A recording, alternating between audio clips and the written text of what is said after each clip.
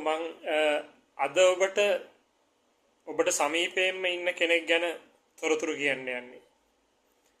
ඇත්තටම ඔබට වඩාත් සමීපයෙන් ඉන්න ඔබත් එක්ක තීරණ ගන්න ඔබට යම් අදහස් ඉදිරිපත් කරන ඔබේ වඩාත් සමීප ළඟම මිත්‍රයෙක්.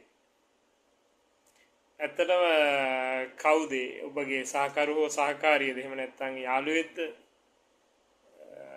එහෙම නැත්නම් සහෝදරයෙක්ද? ඇත්තටම නෑ.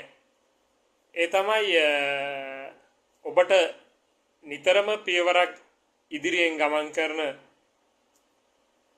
ඔබගේ අභ්‍යන්තරයේ සිටින ඔබගේ සිත. එයා තමයි බොහෝ වෙලාවට ඔබව මෙහෙවන්නේ. ඔබට අදහස් දෙන්නේ. ඔබට යම් ක්‍රියාකාරකම් කරන්න හෝ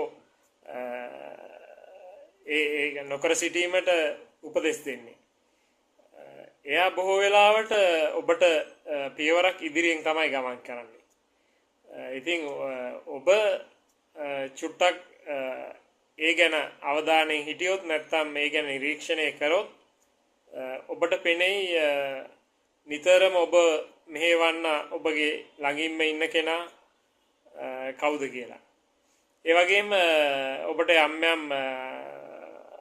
සිතවිලි ක්‍රියාකාරී වෙලා එළියට එනකොට ඔබ ඒ දෙස නිරීක්ෂණය කරොත් ඔබට තේරෙයි ඔබ ඇතුලේ යම් ඔබ මෙහෙවන කෙනෙක් ඉන්නවා කියලා. ඒ තමයි ඔබගේ සමීපතම කෙනා ඔබගේ සමීප මිත්‍රයා ඔබගේ සිත.